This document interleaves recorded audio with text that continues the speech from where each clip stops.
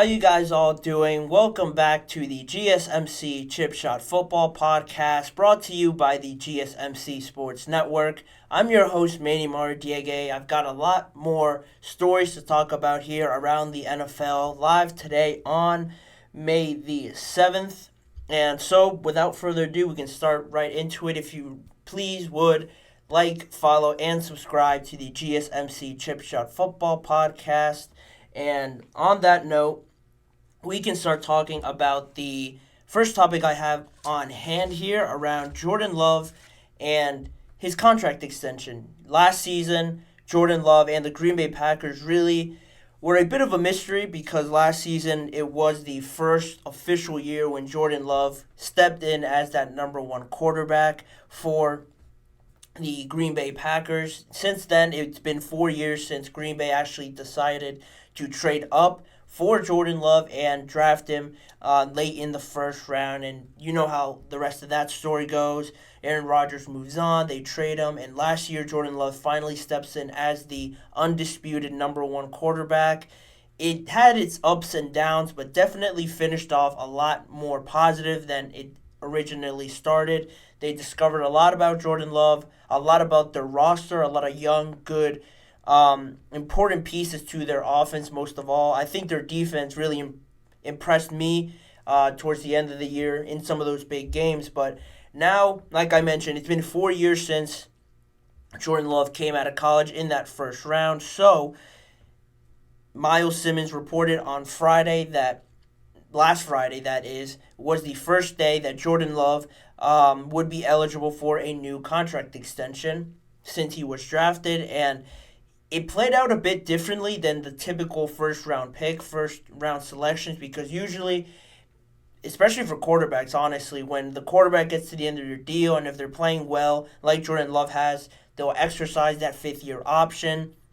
And then you'll go through that, maybe talk about a franchise tag, and then see if an extension works itself out. But what's particularly unique about this Green Bay situation with Jordan Love is that Green Bay replaced Jordan Love's fifth-year option with a 2-year contract extension, a 2-year commitment, if you will. The fifth-year option would have cost the Green Bay Packers about $20 million.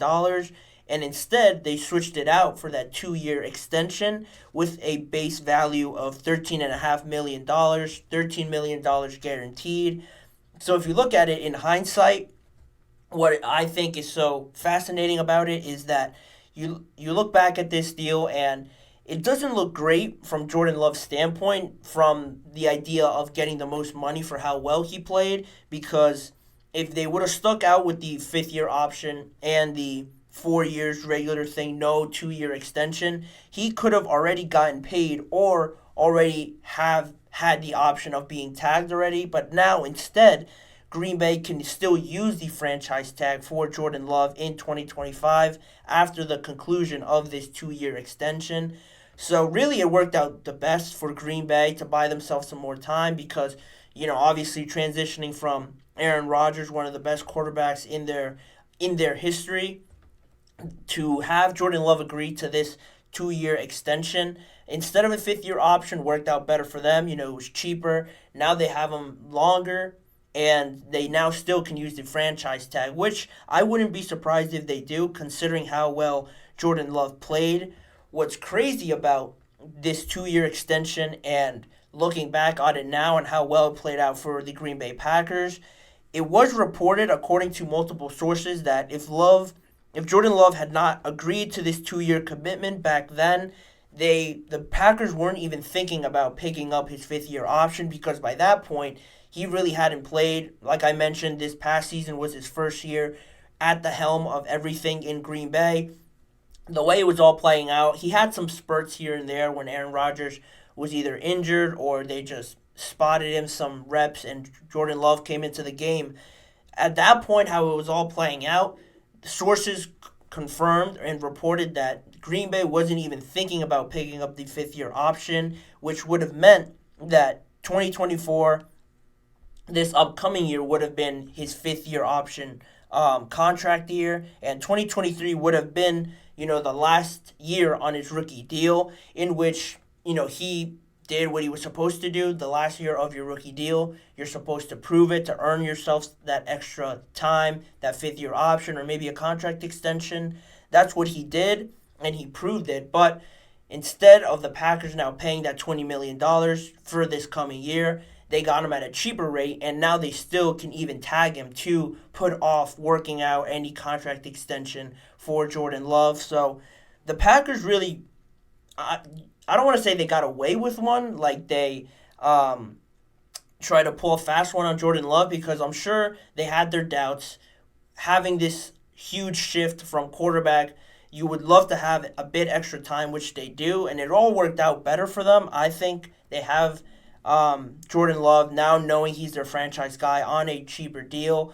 But now that Jordan Love is eligible for that extension, you'd have to think that he'd want to get some of that time back a little bit, so to say, as if that 2-year deal didn't happen. Now knowing that he could really play, he has all the confidence in the world now. You'd have to think that he wants to get paid up close to those high-earning guys, like like most quarterbacks do. And the idea now is with the Packers and trying to extend him now, how quickly do they get that done at this point? Because, he is eligible, but they don't have to do it right now. What's also funny about this is that this past year they started 2-5, and although it didn't look great, and they had that fifth-year option there for Jordan Love and that 2-year commitment, would you imagine any world where they start 2-5 and say Jordan Love didn't pick up that 2-year commitment, he rode out the fifth-year option deal and the just regular rookie contract, he starts 2-5, and how crazy would it have been now knowing that Jordan Love is the quarterback that he is? Imagine if the Packers weren't even thinking about picking up his fifth-year option for 2024, this coming season. And last year was a contract year for Jordan Love. The Packers weren't already thinking about not picking up the fifth-year option. He starts 2-5. Would you imagine if they benched Jordan Love, or they just decided to think, this isn't working out, we're 2-5 right now, let's make a change, and they bench him, or they move on, sign somebody else, and they ride them the rest of the season instead of really committing to Jordan Love, having all that confidence in him? It could have all worked out completely different for the Packers, which just really blows my mind, because the initial feeling around the Packers, they weren't going to pick up the fifth-year option, and on top of that, he starts 2-5. They could have easily moved on from him, but because they had that 2-year extension period there, instead of the fifth-year option, they decided to just have confidence in Jordan Love, finish out this 2-year extension, and it worked out really ideally for the Green Bay Packers. They got him cheaper. They really found out what kind of quarterback he was instead of moving on from him earlier. Instead, starting 2-5 and then winning out, I think, the rest of their 10 games, the majority of their 10 games, really flipping this 180 degrees. To think of the other side of what could have happened if they just moved on from him, I think it's just insane to think about, and how lucky the Packers are for having this 2-year commitment installed in his contract, waiting on Jordan Love, riding out the 2-5 start, then really having confidence in him to finish off the season and flip it around like he did. It's just funny how it all works out for the Packers. Now they have their franchise guy for the foreseeable future, and now with the time that they have with the franchise tag available for them, how quickly do they get this done is ultimately the biggest question that will play out the rest of this offseason and into next season.